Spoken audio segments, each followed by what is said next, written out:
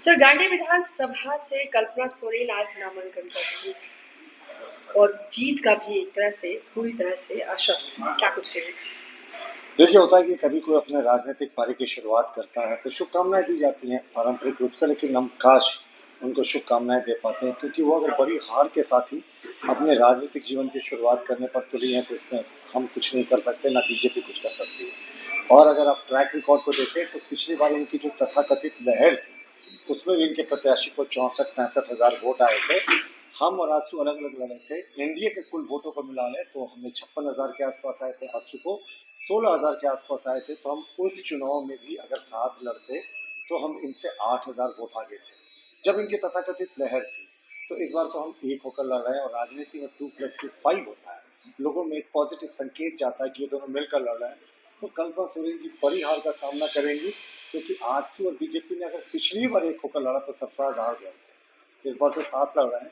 और 4 साल का जो हेमंत सोरेन का 70,000 करोड़ का घपला, घोटाला, महिला अत्याचार, युवाओं को ठगने का रिकॉर्ड है, वो तो कहीं ना कहीं भारी पड़ेगा। सर, जेएमएम के स्टार प्रचारक में हेमंत सोरेन का भी नाम सम्मिलित है।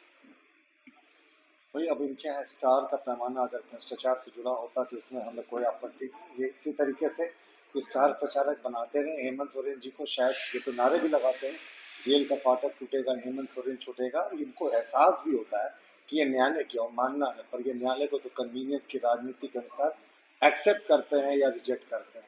तो अगर ये जेल के भीतर से इनको इतनी आशा है कि हेमंत सोरेन छूट जाए तो भाई best of luck to them. लेकिन ये तो Z+ सिक्योरिटी भी देकर रखा है इन्होंने हेमंत सोरेन को। उनका पूरा कारकेड जेल के बाहर दिन भर खड़ा रहता है, इसी आशा में शायद वो छूटे, लेकिन शायद वो दिन अभी आने वाला नहीं। सर, लोकसभा अगर रांची की सीट की हम बात करें तो यशस्वी सहाय एक प्रत्याशी के रूप में इंडिया गठबंधन की तरफ से उतारी गई, लेकिन अगर तुलना की जाए तो एक और बहुत ही प्रचलित चेहरा है बीजेपी के संजय सेठ है, तो दूसरी ओर वैसे चेहरे को इंडिया गठबंधन ने उतारा है और इसमें काफी देरी भी हुई है। तो ये तुलना क्या आप सटीक बैठ रही है या फिर बस खाना पूर्ति की गई है? देखिए, पूरे देश में बीजेपी का एक ही चेहरा, वो प्रधानमंत्री नरेंद्र मोदी जी का है। नरेंद्र मोदी जी देश ही नहीं विश्व के सबसे लोकप्रिय नेता है। स्टार अपील साहब है, युवाओं के आइकन है। कोई युवा उतना बड़ा आइकन नहीं जितना मोदी जी है, वो पूरे विश्व की बात कर रहा हूँ। तो मोदी जी के टक्कर में कोई नहीं है। इलेक्शन की दुनिया में एक फैक्टर होता है, टीना फैक्टर, TINA, यानी there is no alternative to PM Narendra Modi.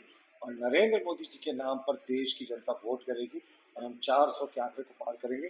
रही रांची की बात, तो पिछले बार जो हमने आंकड़ा से चुनाव जीता था, इस बार तो लक्ष्य हमने 5 लाख का रखा है जीतने का।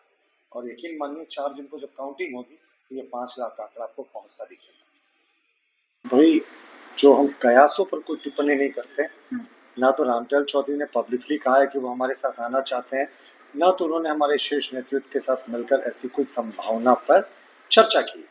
लेकिन कांग्रेस के किससे कैसे एक पिछड़े नेता का अपमान किया, ये सबके सामने है। उनको टिकट देने का वादा करके अपने पास बुलाया और जिस OBC से आते थे तो उनको बाहर कर दिया।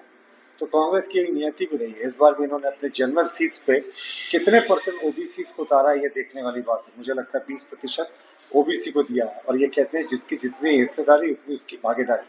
लेकिन झारखंड में ये तो फॉर्मूला बिल्कुल क्लिक नहीं किया। ये तो उनका कहना है कि धोखा तो भाजपा भी दी थी ना, कमल फूल जो है वो उनका इनोवेशन किया हुआ था।